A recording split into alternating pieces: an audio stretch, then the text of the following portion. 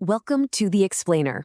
Today, we're diving into a source text that describes a massive shakeup in the media world, a takeover so huge, the author claims it isn't just business, it's a full-blown cultural reset. So let's start with the number at the heart of this whole thing, $111 billion. According to the source, that's the price tag for, well, fundamentally reshaping the American media landscape. And what does that kind of money actually buy you? As you can see here, we're talking about control over some of the biggest names out there. The deal, as the source lays it out, has Skydance Media, which is backed by Oracle's Larry Ellison, merging with Paramount Global to get the keys to household names like CNN, HBO, and CBS.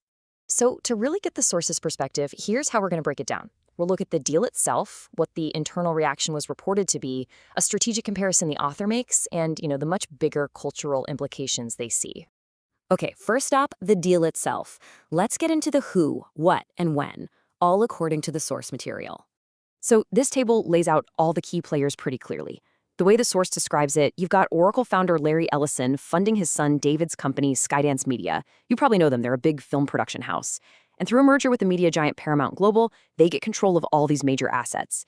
It's interesting, the author actually sets this story in the near future, claiming the whole deal was finalized on February 27th, 2026. Now, this is where it gets really interesting. Beyond all the corporate stuff, the source zooms in hard on the human reaction.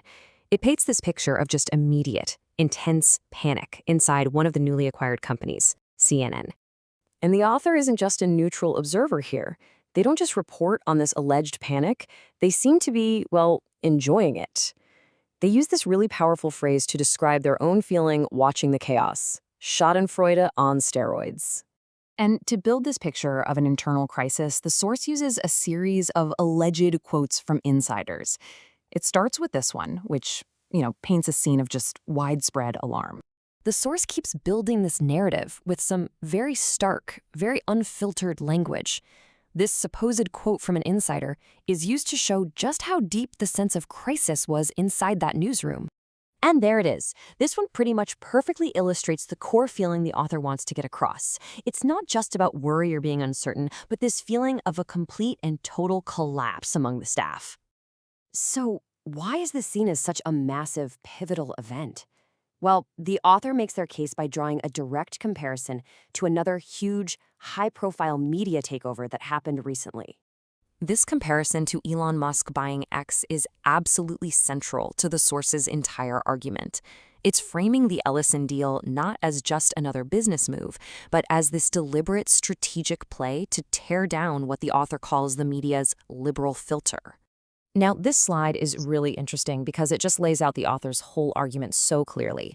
On the left, you've got how the source sees the network right now, a biased behemoth, an echo chamber, and on the right, you have the vision it's presenting for the future under this new ownership, things like balanced reporting and accountability.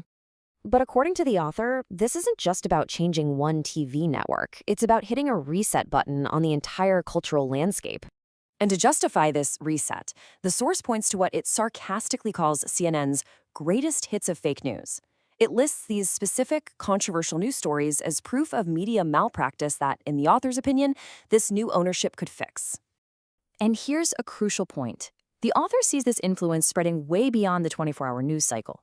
By getting control of entertainment powerhouses like HBO and CBS, the new owners could also reshape TV shows and movies, basically ending what the source calls a cultural monopoly. Okay, so finally, the source frames this whole event as a really significant victory in a much bigger ongoing fight for influence over our national conversation. This slide really gets to the core thesis of the author, reclaiming the conversation. That's the phrase they use to describe what they see as a fundamental shift in power, taking control of the main narratives away from the established media institutions. And as proof that this tide is turning, the author points to what they describe as a pure fire online reaction. The source makes a point to say that political allies are reveling in the news, and it presents this big social media celebration as proof that their side is winning the culture war.